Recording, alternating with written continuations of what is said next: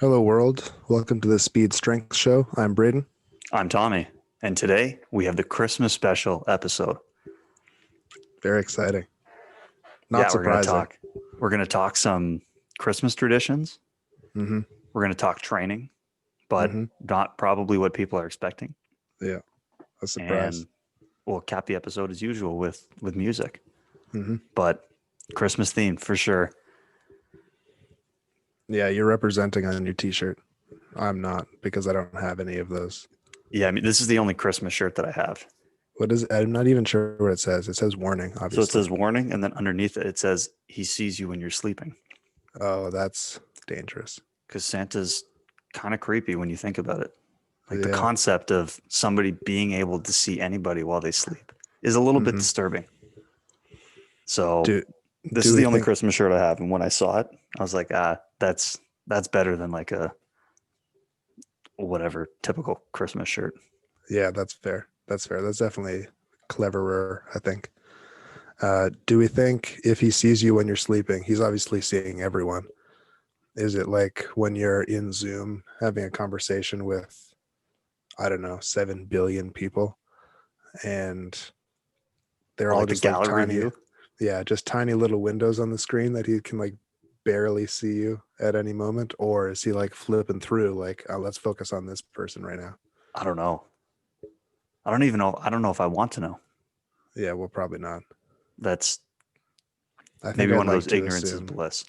I think I'd like to assume the first one where I'm just a speck One of of, 7 billion specs. yeah, of So you're not really being insignificance. watched. Yeah, not really. I mean, how much can you really focus, right? Yeah, that's a good point. Mm-hmm. Um, but all right, so around Christmas time, if Santa were to like focus on your specific window, what would he be seeing in terms of like what are you up to around Christmas time?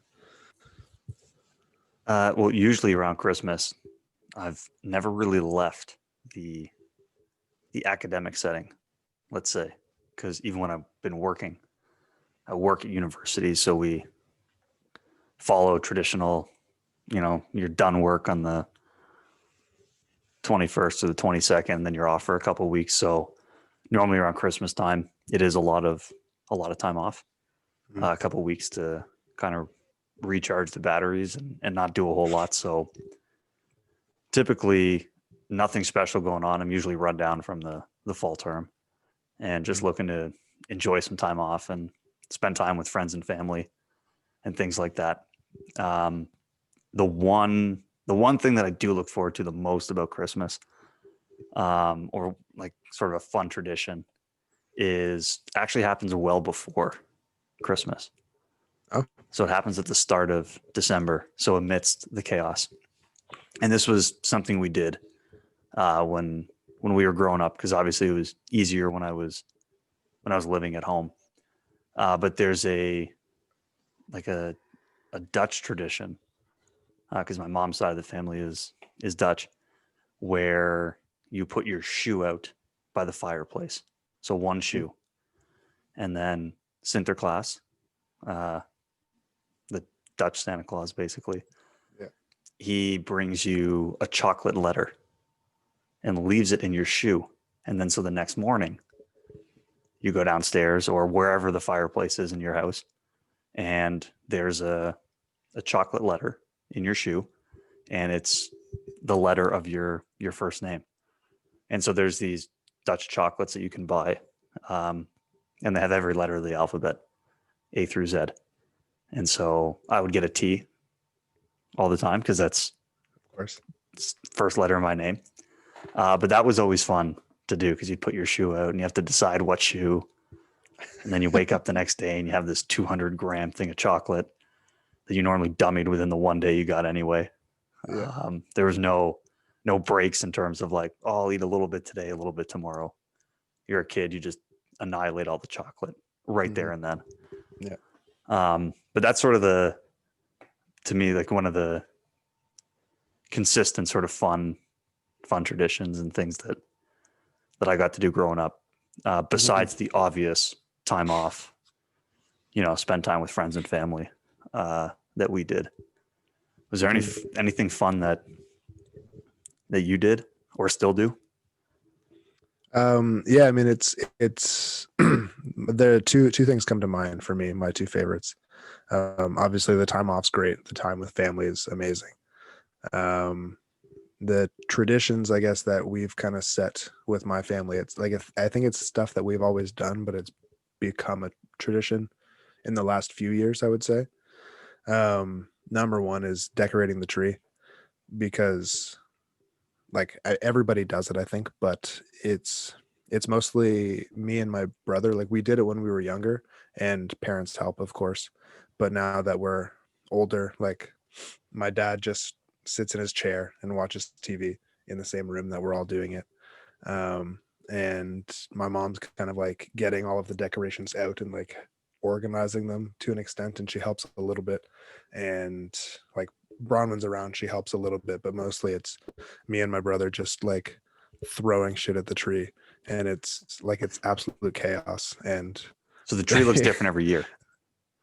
it does definitely look different every year, and like there's thought that goes into it, but it's definitely frustrating for people that want the tree to look nice. um but it's just fun for us to see how ridiculous we can get with it. And like like the beads that go around the tree, like the strings of beads. Oh, don't some people um use popcorn? yeah, like that kind of Yeah, the idea, but popcorn like string that stuff, goes. Yeah, yeah. yeah, stuff that goes around the tree, like sometimes we'll make it go vertically up and down, like a zigzag, a vertical zigzag. Well, that's different. um yeah, we've got these little birds, like they're just like plastic, and they've got like realistic ish looking feathers, and like a wire thing on their feet that you tie to them to a branch. And so we'll just stand 10 feet away and throw them at the tree, and hopefully they stick. um, Stuff like that. It's a really good time. It's a really good time for us anyway. I think everyone else doesn't have as much fun with it, but we have a lot of fun with it. Well, that's all that So matters, right? um, that's right. um, the other one is Christmas morning. We always have like a big brunch breakfast where like we're all cooking together, and we make like bacon, sausage, eggs, pancakes, toast, hash browns, like the whole thing. So that's always really really nice. I'm a huge fan of breakfast food, so yeah, Yeah, that's is that's up there too for sure. breakfast food's the best food for sure. Hmm. Hmm. What is it about these chocolates? Like, is it the tradition, or is it the chocolate, or like what's like why is that the one? I'm just curious. I think it's two things. One, it's a little bit different, Hmm. right? So it's not something that everybody here does. Um, Hmm. I don't really even know of anybody like when I was growing up in elementary school and stuff like that. I don't know of anyone else who got the chocolate letters and put their shoe by Yeah. the fireplace. So there is a little bit of a sense of like it's something different. So then as soon Hmm. as it's different and no one else is doing it, or very few other people are doing it, it does feel a little bit special. Hmm. So as a kid, you're like, oh, I get to do something different Hmm. from everybody else, and this is sort of a special thing, or it's our thing that we're doing. So like December 6th, you go to school and nobody else got a chocolate letter in their shoe that morning, Hmm. But then I'm sitting there like, I got a chocolate letter. I feel kind of Yeah. special. This is nice. Yeah. So I think it mostly has to do with that sort of feeling. And it's, to me, the other thing that I like about it is it's a little bit separate from Christmas, in the Mm. sense that like December rolls around and people are getting excited about Christmas time and the holidays and time off and things like that. But then I'm immediately thinking like, oh, the chocolate letter's coming soon. So you have this short little break to get you to Hmm. the chocolate letter. And then you have the time before like Christmas and the time off. So it's one more thing that I found to look forward to in December, rather than just like a long haul of 24, 25 days Mm. waiting for like the big finale. Let's call it. There's a little bit of buildup. There's the chocolate letter. There's the day you get off of school. Yeah. There's Christmas Eve, and then all of a Hmm. sudden, the big finale. So I liked the buildup Hmm. of it. Yeah. That's cool. That's cool. Yeah, that's really cool because I think that it's like, yeah, another event. And then you've got these short-lived breaks, which is like more time to anticipate. Um, that's cool. I think that's part of why I like these other events, because it's just another thing that's exciting. Like you get to look forward to decorating the tree. You get to look for, and we have like a nice meal on Christmas Eve as well, like a nice meal on Christmas Day, which are like other things to look forward to, and like the desserts, and I mean the presents obviously, and like giving presents is really fun. Um, and the breakfast, it's just a lot of different things to look forward to. So yeah, that's really really fun. Funny you talk about decorating the tree, because decorating the tree for me growing up, like we didn't really have like this grand decorating the tree thing like what you've described Mm-hmm. here. Mm-hmm. It was cool though, because like my mom would always make every year a different craft slash ornament Mm-hmm. that would go on the tree for me and my brother, and they Mm-hmm. were random things that had to do with like winter and Christmas and that type of stuff. So whether it was like, a little sled, or you know snowman, or whatever. So there was never really like a grandiose, like, let's put the tree up, all these decorations.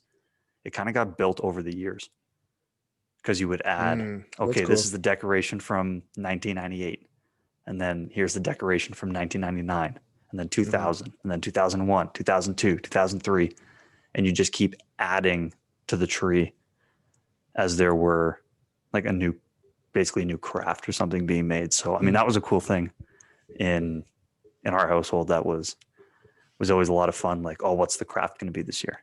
Yeah, that's really cool. That's really cool. Yeah, Bronwyn's mom does something like that for her and her sister too, where like that's one of their Christmas gifts that they then hang on the tree. Um, yeah, we have like so many decorations, like variations of the glass balls and like the pom pom balls, and like little instrument things and ribbon and beads and lights and flowers and icicles and snowflakes and birds, and it's insane. It looks Endless. like a mess. Yeah. I couldn't even think of, if somebody asked me, Tommy, name as many things as you could decorate a Christmas tree with. You have more things that you just rambled off right there than I could even think of. Yeah. I'd be Yeah. like, It's lights, yeah. popcorn string, Yeah. No, uh, it's insane. whatever you call those, the glass orbs. Yeah. And then I'd start to get like very stuck Yeah. thinking of something to put on the tree. The star at the Mhm. top, and that's about it. Now I'm out of Yeah. ideas. Yeah.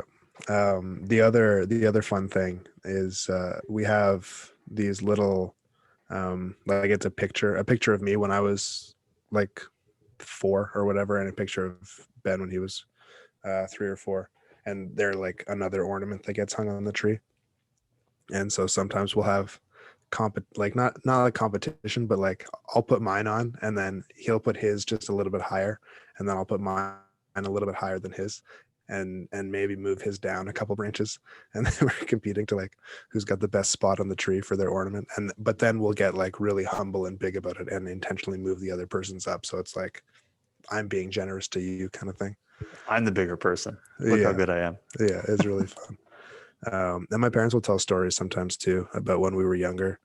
And like obviously when we're really young, we're short and we're not the only people decorating the tree, but like we're doing a lot of the decorating. So all of the ornaments are just concentrated on the lower half of the tree, or like concentrated on the front, because we're not thinking to reach around to the back and stuff. So it's just interesting. It's fun. It's a fun tradition for sure. If you don't see it, you're not aware of it. So I can't That's reach right. up there, so nothing's going up there. I can't Yeah. see behind the tree, so nothing's going there. Yeah. I'm just going to focus on what's right in front of me and put Yeah. everything in that one spot. Yeah. This bottom front quarter is going to look really extravagant. So This yeah. bottom front corner of the tree. It's the best bottom front corner you've ever seen on a tree in your Yeah. entire life. That's right. That's right. But yeah, so it's good fun. And then obviously when you're decorating, you're trying carefully not to step on the presents that are underneath the tree already. I don't know if you put presents under the tree before Christmas Eve or not. Yeah, we normally did. Yeah. But then in the morning, all of a sudden, there's more presents there than there were the night before. Usually, Yeah. it's usually how it goes. And like, how did they get there? Who's to say? You know, I have a hunch you as got to a how they got hunch. there. Well, it's not just Christmas spirit. There's a No, lot more that has to go into it. I think For there's an what? actual task Yeah. or event that happens, correct? Yeah. I mean, like if they're put there by somebody, but not just my house, not just your house, like global, Everybody's house. everybody's house. And like it's not just luck, like there's skill, there's practice, training that had to have gone into that. It's calculated. Mm-hmm. You didn't just happen to randomly stop by and visit every house and drop off something for people to open the next morning. That doesn't happen by coincidence. That might Well, that's happen at true. one house by accident because you weren't sure what you were doing. But to do that millions and millions of times over and over again, I don't know about Yeah. that. That's not chance anymore. Can you imagine just like flying across the globe with your magical sleigh and reindeer, bag full of presents, just because that's something you do? And For one fun. accidentally slips out of the sleigh and gets delivered. Just like, oh, damn it. That's not what I wanted to do. Is that how it all But started? it seems kind of nice. Maybe I'll try that again. Yeah. I don't Maybe know. that's how the whole thing got started. Just Could a be. big accident. Could be. Yeah. What if Santa's just trying to like cover up for his mistake and it's like, no, it was on purpose.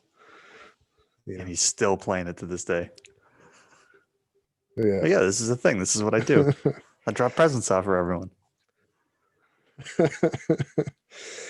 um, so if you were Santa or were Santa's coach per se, how would you optimize the present delivery day?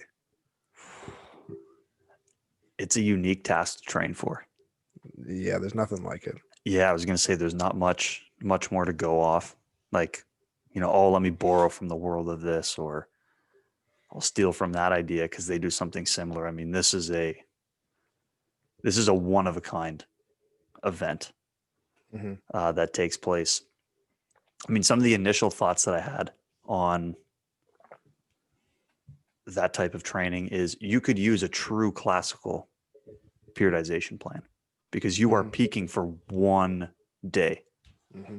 December 24th, you have to be ready to rock and roll, cover the globe, and deliver all the presents in a 24-hour time period. And then you don't have to do anything else for the other 364 days a year. So you Mm-hmm. could build your training to a true peak. It's not like other sports where you have games every week or anything like that. So I don't know if you would stray from the tried and true classic periodization method. People have moved away from it because sports and competitions don't really work like that anymore.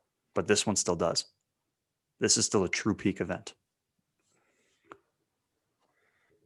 Yeah, I mean, I definitely you'd be working towards one specific peak for sure.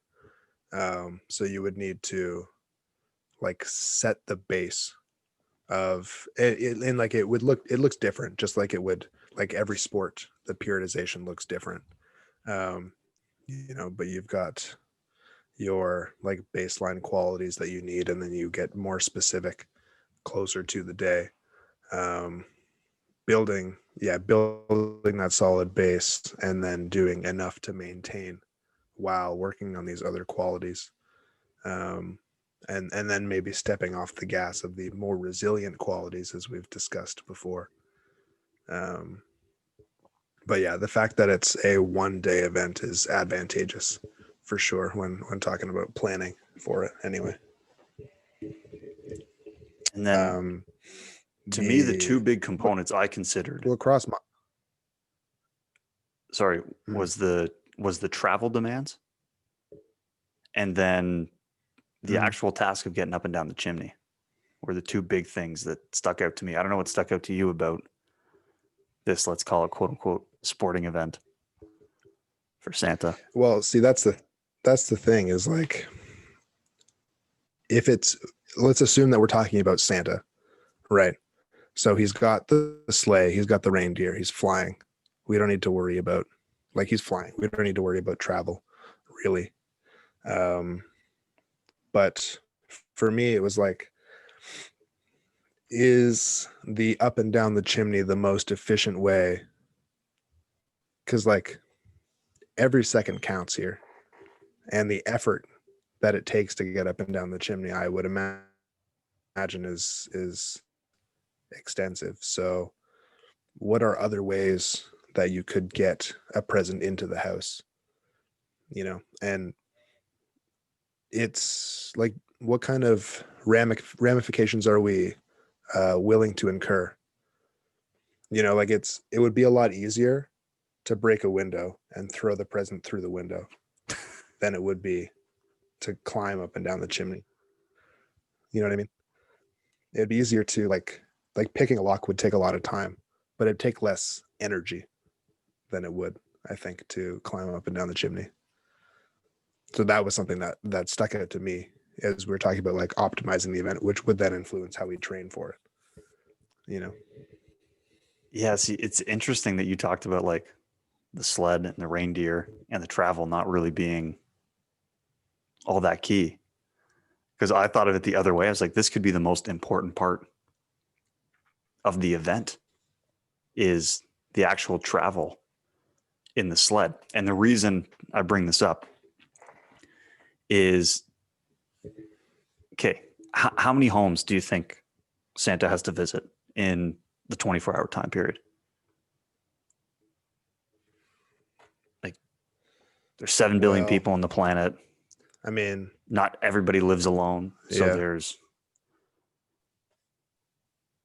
like, what's a rough number? Like a billion, like, 800 million? but somewhere between 1 to 3.5 billion, I'd say. It's in that range. Yeah, yeah, So then when you figure out if you yeah, have something to, like that. let's call it a billion.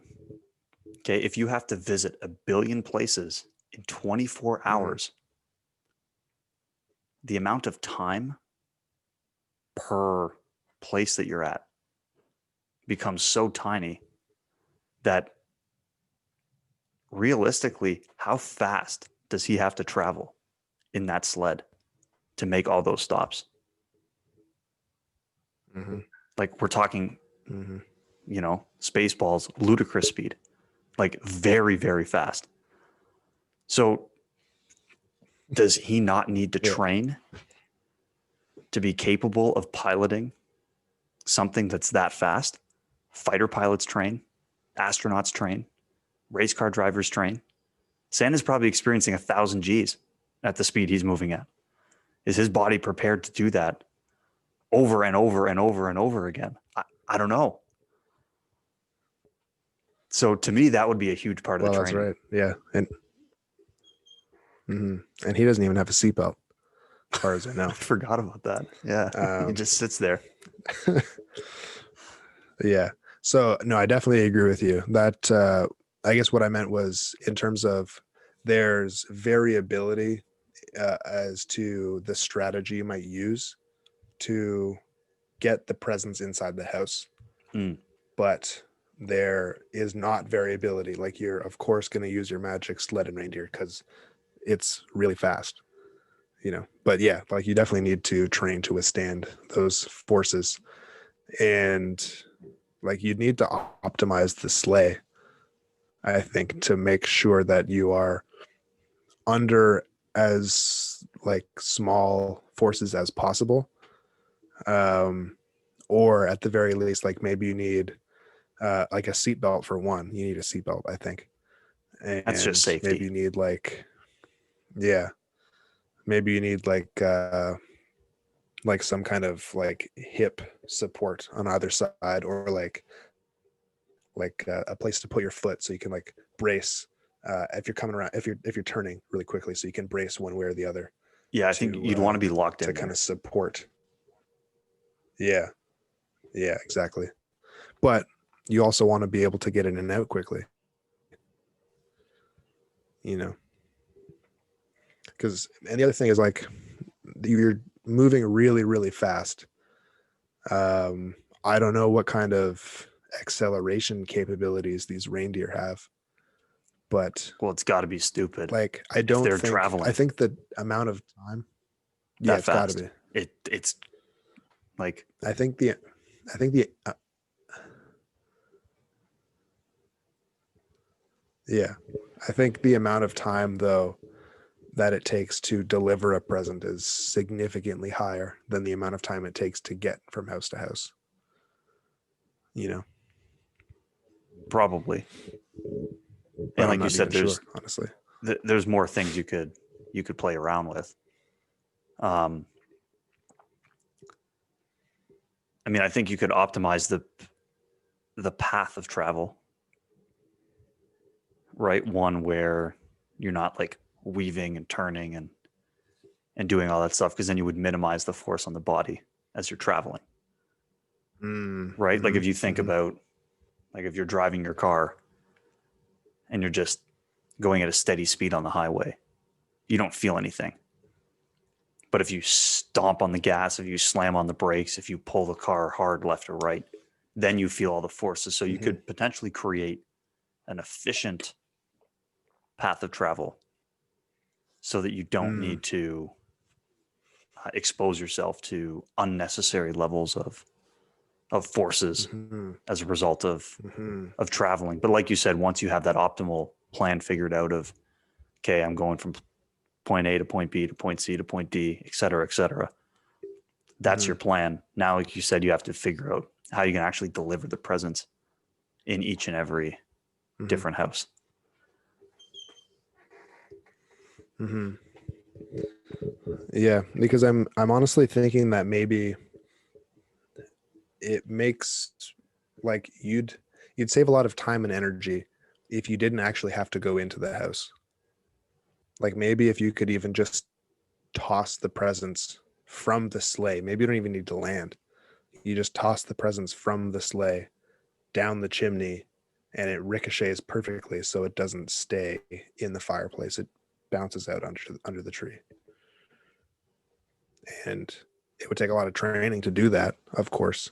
But I mean, Santa's not the average man. You know what just dawned on me now is, yeah, I think we agree on the fact that going up and down the chimney is not a very efficient way to perform that task. The Mm-hmm. part that boggles my mind is, why does he do it that way if they have the capabilities of creating this sled that can travel like Mach 10,000 to visit everywhere in the globe in less than 24 hours? How have they Mm-hmm. not come up with a better way to deliver the presents when they're actually at the house? That's a good point. Like if you have that kind of technology, theoretically, you could like teleport something, or yeah, I don't know. Maybe that's not where you're going. I don't know what kind of technology Yeah, well, you were that's what I mean. Or imagining, is it but like you? certainly like chimney delivery feels archaic in that context anyway. Yeah, it's like to me, it's like an old school method. You know, like when you look at high jumpers, for example, how Mm-hmm. they used to do like that scissor jump over the bar.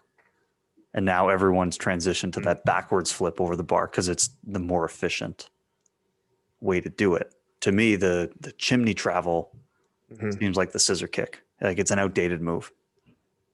The sport's evolving, Mm-hmm. the game is changing. Mm-hmm. You got to keep up with it Mm-hmm. and find a different way to Mm-hmm. deliver on that front. Yeah. So I wonder if the idea is that then you don't need to, like, you don't need, if you use the chimney, you don't need to leave a window open. You don't need to leave a door open. You also don't damage the property in any way, which is convenient. Um, but assuming people know that Santa's coming because they're leaving out the milk and cookies. So it's not like it's an unexpected visitor. You're welcoming him into your home. You could leave a window open. You could leave a door open. And that's already like it's not I think there could still be better ways, but it's more efficient than the chimney at the very least. So this is a team effort. This requires more than just Santa to pull together here and figure out this I mean training plan. it We're all could his like teammates. this is a Herculean task. So I think as many people involved as possible is gonna, more hands make less work. So Yeah, I could see that because I forgot about the milk and cookies part. So he doesn't really have the option of not being inside the house at some point. well, I guess that's right. If people want if part of Santa's job, part of the present delivery is to drink the milk and eat the cookies, then you got to be in the house. Yeah, like you don't have a choice. That's part of the. Mhm. It's if this was a sport, it's one of the rules, and you have to abide by the rules and do your best to, Mhm. you know, Mhm. win the game within Yeah. whatever rules are laid out to you. So I think you have to go in the house at some point Mm-hmm. because the Yeah, milk you're and right. cookies being gone is part of the job. Mm-hmm. Yeah, you're right. I think you're right. So then what's the most efficient way to get in the house? Could be I the think chimney. I think it is the teamwork. Teamwork makes the dream work. Could I think the front door. Yeah, a front door, a back door, a window, Mm-hmm. something where Mm-hmm. that's a lot of planning though. A lot of logistics involved.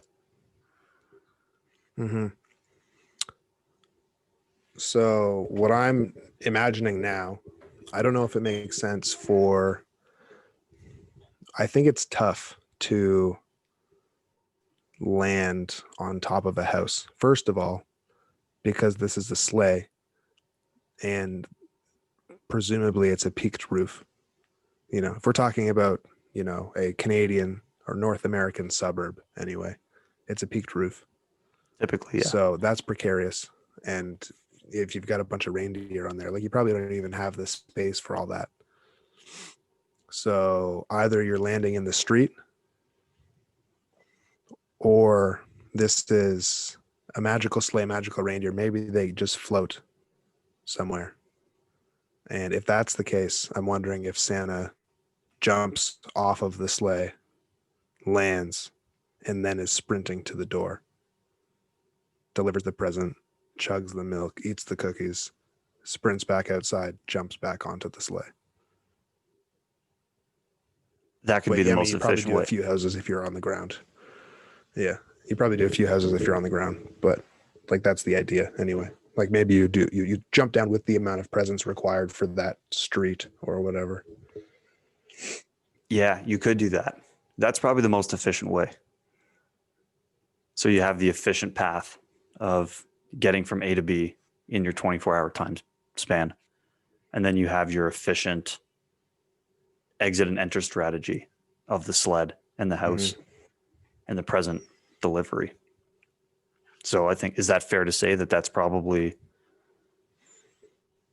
within what we know and the confines we're dealing with, probably one of the more efficient ways to get it done? I'd say so. I'd say so. The other thing is like maybe Santa's got a helper or two. Like maybe there's a couple elves in the sleigh, and like I think it could be more efficient if you're dealing with a densely packed area, like a suburb, or I mean any city center. Um, if it would be faster in my mind if Santa just stays on the ground and the elves are tossing bags of presents down to him, and then he's zipping through delivering all the presents. And then once you've taken care of that city center, because I don't think it's faster to like ground, slay, next house, ground, deliver. You know what I mean? I think it's faster to stay on the ground. But then you zip between communities on the sleigh. Yeah, so to get from A to B or town to town or city to city, that's when you need to use the sled, and everyone jumps on board and you get going. But yeah, I agree that once you've Mm-hmm. kind of landed in maybe what's been deemed a central spot or a landing zone, then you boom, boom, boom, boom, boom. You start making the Mm-hmm. deliveries and then deal with getting Mm-hmm. back on the sled. Yeah.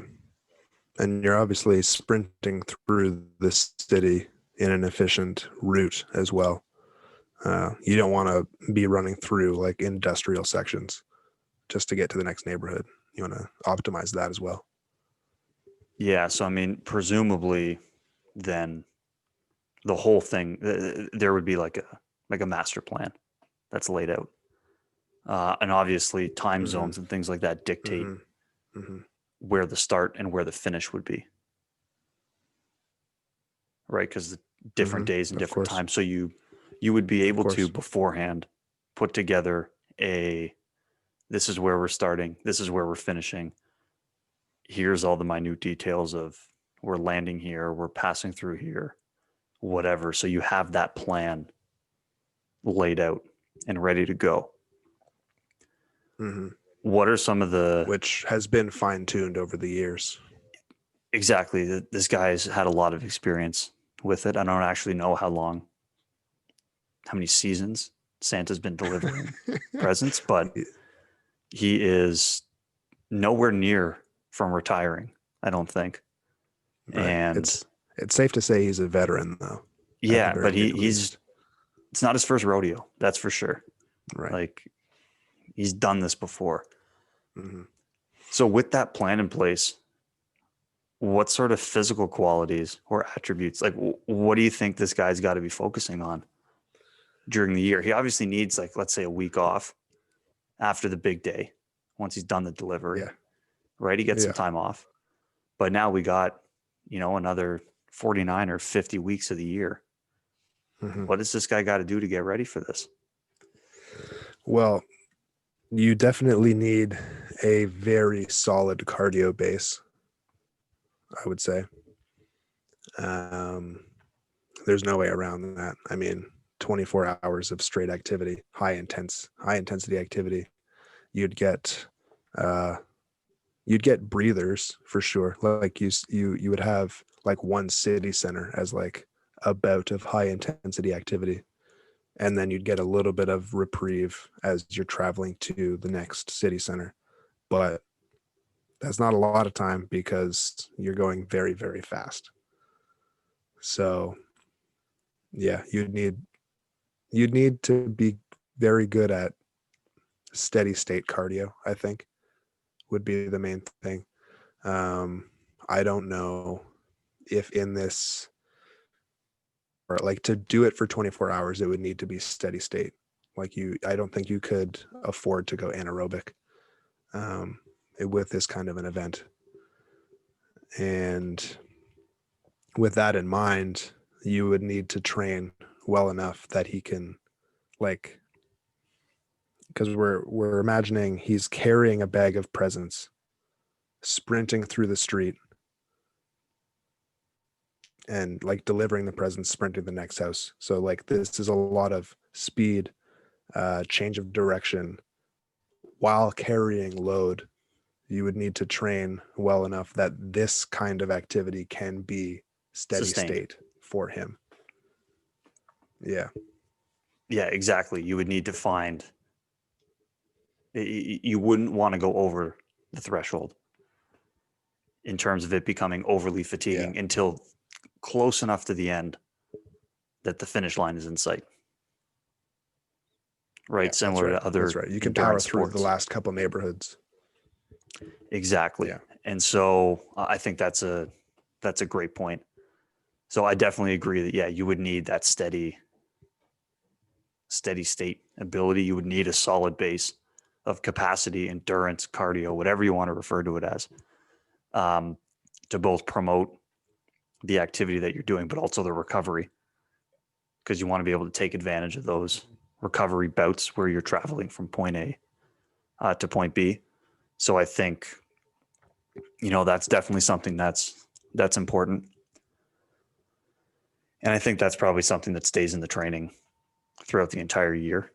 And then, as you mentioned, just near the end, you start to pull your foot off the gas a little bit prior to the big day. So that way, you're rested, recovered, and ready to go.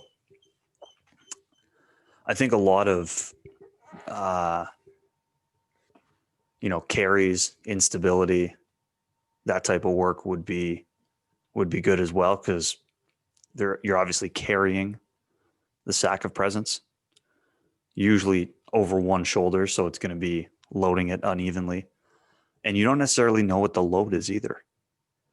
It's not consistent. It's going to vary based on the presents and what's inside, and does the load move. So it might be like holding, a jug of water, or if any ever done stuff with like elastic bands where the band is holding the weight, but it makes it very unstable. You don't know what's in there. So he would have to be capable of, like you said, doing some of those dynamic actions while being loaded with some sort of unstable or unpredictable load while doing all those different activities. Hmm. Yeah, no, that's a great point as well, because the bag is going to weigh different for every neighborhood that you're visiting.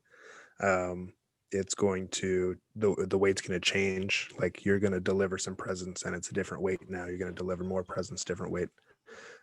As you're sprinting, the bag's going to be bouncing on your back, flailing all over the place. So there's going to be a additional demand on, yeah, like balance, and core strength and coordination, and like running mechanics to handle that like changing center of mass, um, as well as like technique, I think, to limit that bouncing as much as you can, and maybe a little bit of strategy, like where are you holding the bag and that kind of thing.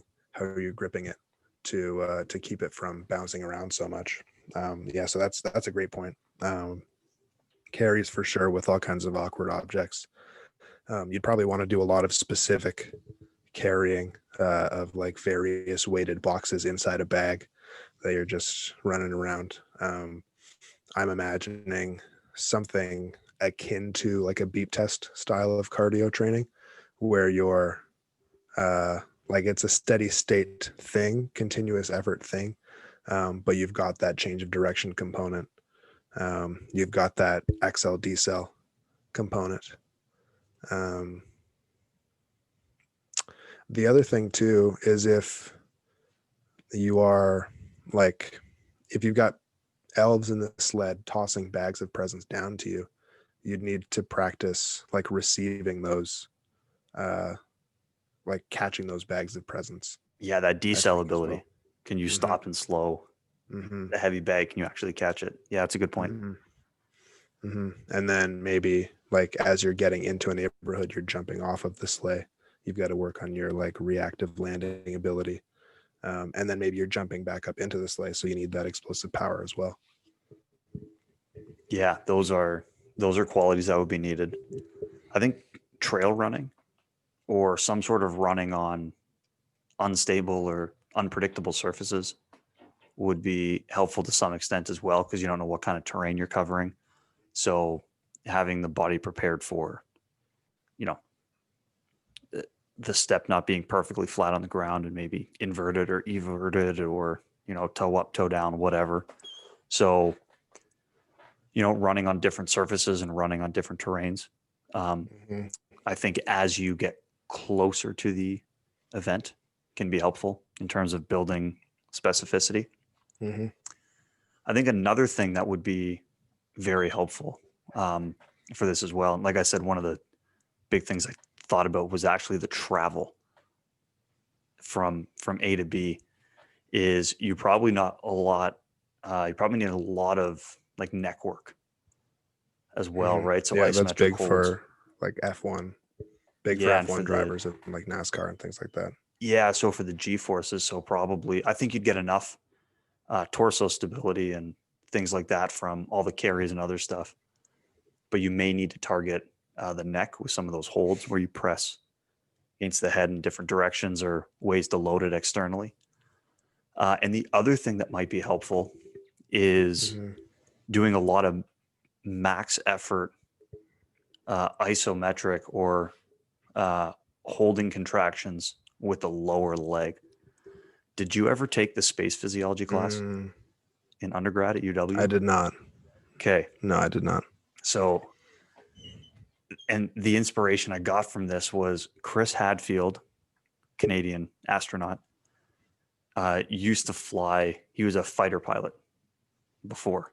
Most astronauts usually come from a fighter pilot background. And he talked about this technique that they had to use where when you're flying a fighter jet, because you're traveling so quickly, that if you make a rapid change of direction in the plane, the G forces spike tremendously and it causes a lot of the blood to drop down towards your feet. So they had this technique where whenever they went to make a maneuver with the plane over a certain speed, they had to squeeze their legs as hard as they could to basically close off the vessels and keep the blood in the torso and the head so you wouldn't pass out. That's So, really cool. That's really cool. yeah, it's something along the lines of that. It had a specific name, sort of like the Valsalva maneuver has a Mm. specific name. I forget the name of it, but it was something. It had to do with that, and so I imagine this is a technique we would probably have to implement whenever they had to make a change of direction because you're going so fast in that sled. It's definitely Yeah. faster than a fighter jet for sure. It has Hmm. to be. Yeah. I mean, I think that, like as we said before, ideally you plan out the route so you don't have to do that like as few times as possible anyway. Right. But yeah, 100% that would be necessary. That's great. Great thing. And even like, I mean, I don't know. Uh, to your point about like if you're going, like 120 or whatever on the highway, and it's just steady like that, you don't feel anything. So if that's the case at,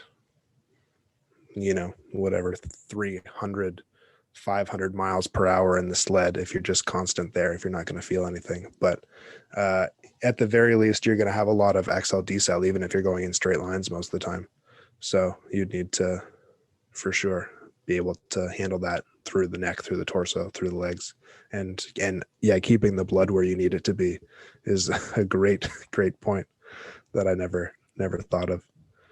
Um, One other thing that I don't want us to miss is that this is a 24-hour activity, which does not just mean like 24 hours of cardio. I think there's going to be a lot of value in sleep deprivation training and like really long training sessions, not just cardio, but just purely being active for a long time, like 4 hours, 8 hours training sessions. Just, it doesn't matter a lot. And like with those, maybe you'd want to be pretty specific with the training sessions where you've got like maybe like a simulated neighborhood built at the North Pole that you're just running back and forth with a bag of presents delivering, and you could do that at like, it doesn't need to be at 100%, of course. I think a lot of the training is going to be very submaximal and just building volume as much as you possibly can. There's a friend of mine who is um, he did actually pretty recently, for mental health. He set a world record where he ran, I believe, 2 full marathons and did 1,500 pull-ups in like 16 hours or something like that. The goal was 2 full marathons, and I think 2,000 pull-ups was what he wanted. Um, but he ended up being reasonably gassed. Um, but for that, he did a lot of sleep deprivation training because it was supposed to be like a 24-hour thing. Um, and his main focus for running and for pull-ups was just weekly volume. Like, I'm not going to make anything too insanely challenging. Like I'll have one hard run a week where I'm actually trying to push the speed, but the rest of it's like pretty like cruising and just building up that tolerance to the amount of work that I'm going to subject myself to. Which I think, yeah, like mental from a mental standpoint and a physical standpoint, that kind of idea is pretty smart. Yeah, I completely agree. I think that's the way you have to go about it. You have to decide what are more of your general activities and what are more of the specific activities that you need added in closer to the 24th. And how do you blend those into exactly that style of training that you talked about? Because you're not going to get by on half hour or 1 hour workouts. But you're not going to get by either by pushing the intensity too much, because this is such a big task to train for. If you got hurt, Mm-hmm. had to take a month off, Mm-hmm. that could be that could be game over, It would, yeah, 100% it would be. because the volume demands are just so tremendously high that a setback like that could really put a dent in what you were trying to do. But yeah, that's a great point. The deprivation training is going to have to be there, because it's 24 hours. There's no other way to look at it. Yeah. You have to be on for 24 straight hours, whether you like it or not. But with that in mind, you're going to really need to take advantage of those brief rest periods that you have, like as I guess you get in the sleigh, you get up to speed, you're meditating, and then you're locked in, ready for the decel, and then you're at it again. Um, that's interesting. The other thing too, if we're adding the milk and cookies to this, is you've got to be ready to eat like 2 billion cookies in a day. And And the like, milk would what's be a way glass? worse. Let's a cup of milk. Let's be. I think like a glass of milk is probably 2 cups, but we'll say just a cup of milk. So that's what, like 500,000 liters of milk. That would be bad. That would be very bad. So That's like, like you need to train like a competitive eater. Well, more than a competitive eater, of course, as well, on top of all of this physical training. yeah, you'd almost have to like find a way to combine, yeah, like you mentioned, like whatever type of training, which I don't know what they do, but I imagine competitive eaters do something. Mm-hmm. I think you would have to tap into the things that they do. And I think you might have to go into the world of the beer mile too, where, Mm-hmm. they chug the beer, they run laps, and now mind you, that's a way shorter event Mm-hmm. than this, but there might be concepts or strategies in terms of how do you keep all the milk down and efficiently drink the milk and then keep doing whatever activity that you're doing. So yeah, that's true. Two sort of unique sports, let's call them, in competitive eating and the beer mile. But I think if you were a good coach and you were working with Santa, you have to tap into those resources You have to. and see what's available. Yeah, because and that's even another thing I didn't think about is like I was coming at it from the perspective like sheer volume. Like that's so many cookies and that's so much milk. How can one, I mean, not human, but being entity, handle that in a day? You need to work up to it, of course, but then it's an entirely different skill to keep all of that milk and cookies in the system as you're sprinting through the neighborhoods. Yeah, I mean, it's yeah, like you mentioned, it's two different skill sets. The only thing that's accounted for is at least we know he's going to have enough calories to get the job done. He's going to have enough energy. But yeah, like you mentioned, are you able to? Well, that's right. Yeah, Uh, that's right. And unfortunately, it's all sugars. yeah, exactly. So he's going to be able to use it and get going with it. But yeah, there's so many elements of this to consider. The more you start diving into it, that would be a good paying strength conditioning gig. I bet there's a lot of demand on you as a coach. Hmm. Well, and I mean, I imagine it would have some pretty solid job security. Like if Santa finds a good coach and, and is able to get the job done, which obviously he does, then you're not going to let that person go because like who knows what could happen otherwise. Yeah, no, I agree. I mean, but yeah, there's a lot to consider in this. This might be tougher to come up with training than Hmm. any other sport that exists. I mean, yeah, I think the demands that Santa, like they're so contradictory, you know, they're so conflicting. Like you need steady state, but you need explosive power, and you need to be like constantly moving and like arguably lean. Like Santa, I mean, he's depicted so uh I don't know, like he's a big guy, but to be able to do this, like you'd need to be so lean. You know, like you can't afford to have any wasted mass on your body. You know. Yeah, it's an impossible challenge. It's Hmm. it's not an easy task by any means, and there's a lot of things to consider. And it would take a Hmm. a really calculated and really experienced coach, I think, to put something together for him. But you know, it's not a difficult task, at least not for me anyway. I don't want to speak on your behalf. Is selecting what Christmas music to listen to. That's an easy one, I think. Much easier than training Santa. That's a lot easier than training Santa. That's for sure. That's for sure. Well, what are you selecting though? What's your go-to Christmas uh, songs, groups? Yeah, 100% without a doubt, Trans Siberian Orchestra. 100%. The best Christmas music out there, without a doubt. It's not even close. Not even close. interesting. I've never heard of them before. They're, long story short, they're a they're a group. I think they only get together at Christmas time. And there's like opera singers, there's guitar players, there's a whole orchestra, and they blend all that stuff together in Christmas music.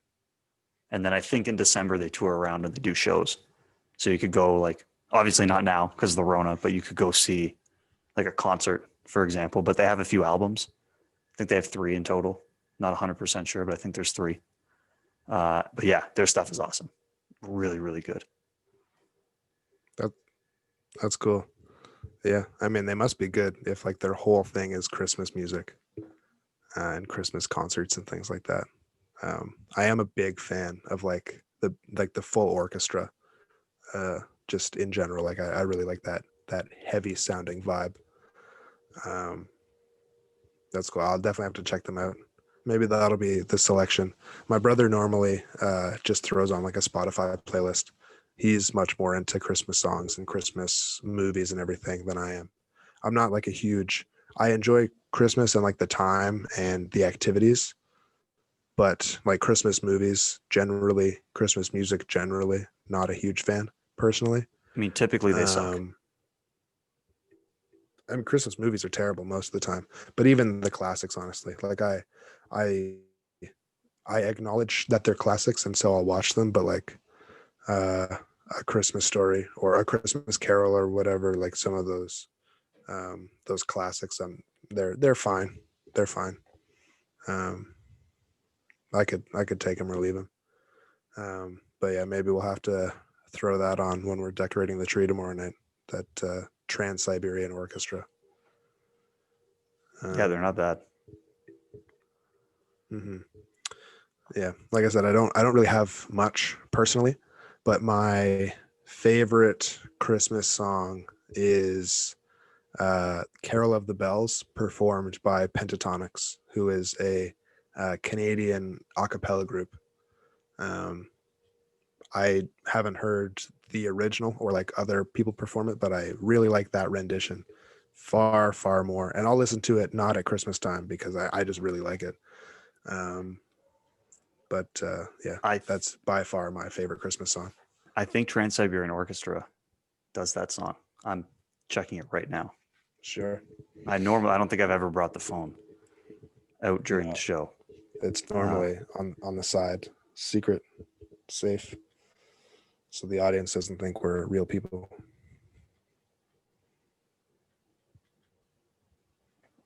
This is good podcasting.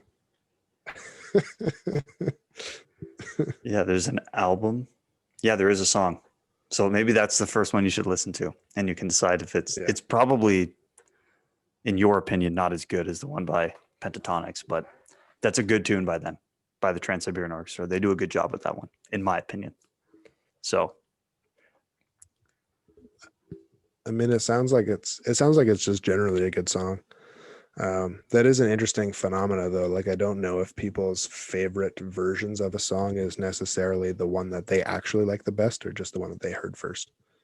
You know, it's a good point. If maybe this one is actually better, but maybe I won't like it as much because it's not what I'm expecting it to be. But we'll see. I'll let you know. I'll definitely give them a go. Yeah. Very good. Well, that was the first Christmas special of the Speed Strength Show. First holiday special at all of the Speed Strength Show. It might be the only holiday special we do. We'll have to see as we go along. Maybe, we might add some others along the way. Who knows? Oh, other holidays, not the only Christmas special that we do. No, I think we can. We talked about this before. I think it's pretty safe. We can commit to a Christmas special every year because we have time off around that time. It's the other holidays that it gets a little dicey. So if it happens, it happens. If we don't get to it, you know. And like we also mentioned, the other holidays just can't. They don't compare. It's not as good. Yeah, that's fair. That's fair. Might be an unpopular opinion, but they're not as good. Well, we don't shy away from unpopular opinions on this show. That's fair. So, yeah. But I really liked it. I had a lot of fun with this one. It's different. Hopefully the audience did too. If you want to learn how to train for anything, then let us know and we'll talk about it. We'll do our best to figure it out.